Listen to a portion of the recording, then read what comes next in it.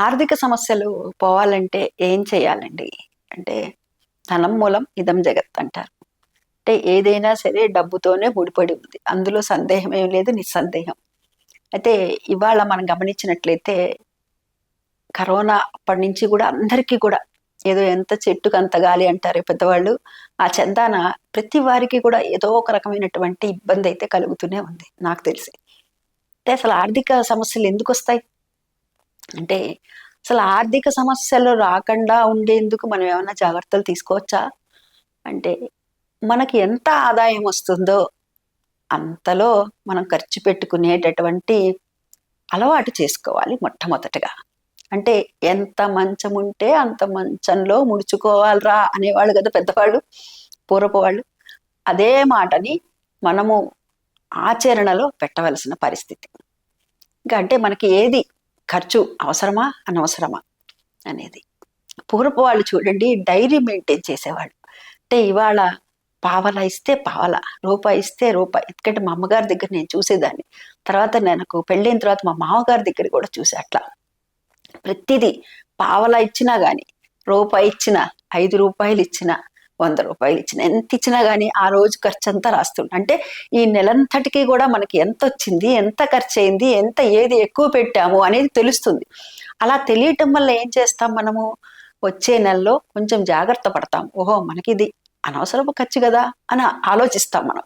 అందుకని ఎప్పుడైతే పేపర్ మీద పెన్ను పెట్టి మనం రాయటం అలవాటు చేసుకున్నామో అప్పుడు మనం ఖర్చు అనేటటువంటిది అదుపులో పెట్టుకోగలుగుతాం. అనవసరపు ఖర్చులు చేయకుండా ఉంటాము. క్రమబద్ధంగా ఉండటం. సరే మన ఆర్థిక ఇబ్బందులు వచ్చాయండి, ఏం చేయాలంటే లక్ష్మీదేవిని పూజించాలి. ఏ విధంగా అంటే కనక మహాలక్ష్మి అనుగ్రహం కోసం, అమ్మవారి లక్ష్మీదేవి అనుగ్రహం కోసం కనకధార స్తవం అని ఉంటుంది కదా.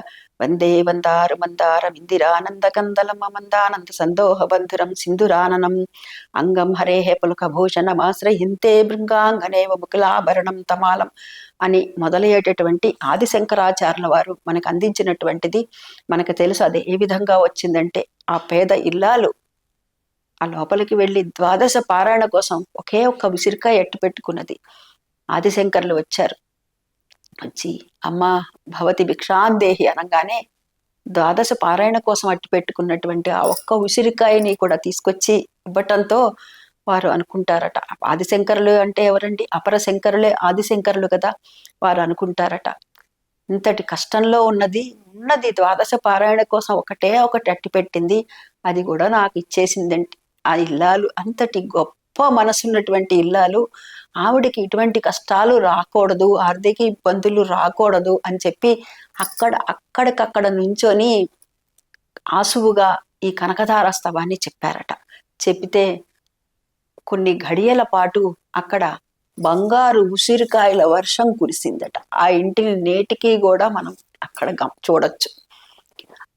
ఆ కనకధార స్తవాన్ని 40 రోజుల పాటు మండల దీక్షగా ఒకే సమయానికి ఒకే దగ్గర కూర్చొని ఒకే సమయానికి, లేదండి నేను ఊరికి వెళ్తానండి, ఊరికి వెళ్ళే పరిస్థితి ఉందండి, కానీ అక్కడ కూడా చేసుకోవచ్చా అంటారు. చేసుకోవచ్చు. అయితే సమయం మడుకు మిస్ అవ్వకుండా చూసుకుందాం.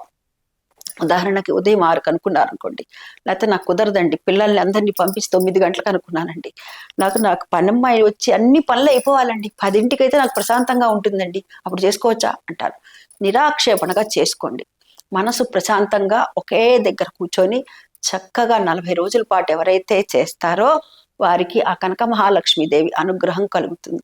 ఇది నేను పూర్వం ఒకళ్ళకి చెబితే, ఒకళ్ళకి కాదు ఇలాగే మాధ్యమం ద్వారా చెబితే ఒక ఆవిడ చేసి నాకు చెప్పింది, అమ్మా మీరు చెప్పారు, నాకు 40 రోజుల పాటు నేను చేశాను, మా వారికి జీతము అంత పెరుగుతుందని మేము అసలు ఊహించలా, ఇంక్రిమెంట్ వస్తుంది కానీ ఇంత పెరుగుతుందని అసలు మేము ఊహించలేదు అని. అంటే ఇక్కడ ఏమిటి, మనము భక్తి శ్రద్ధలతో గనక నమ్మకంతో గనక చేసినట్లయితే ఖచ్చితంగా ఆ అమ్మవారి యొక్క అనుగ్రహం కలుగుతుంది. అదేవిధంగా భృగువారం అంటే శుక్రవారం రోజున లక్ష్మీదేవి, లక్ష్మీ అష్టోత్తరం ఉంటుంది చూసారా, ప్రకృత్యై నమః అని కాకుండా అది స్తోత్ర రూపంలో ఉంటుంది కదా. దేవదేవ మహాదేవ త్రికాలగ్న మహేశ్వర కరుణాకర దేవేశ భక్త అనుగ్రహకారక అని మొదలవుతుంది కదా. దాన్ని మనము ఒకే చోట కూర్చొని అంబా పరం శతం అని ఉంటుంది చివరికి, చూడండి మనం గమనించినట్లయితే. అంటే శతం అంటే 100, అంటే ఒకే చోట కూర్చొని 100 పర్యాలు, అది కొంచెం సమయం పడుతుంది, ఒక 2 నుంచి 3 గంటల సేపు పడుతుంది.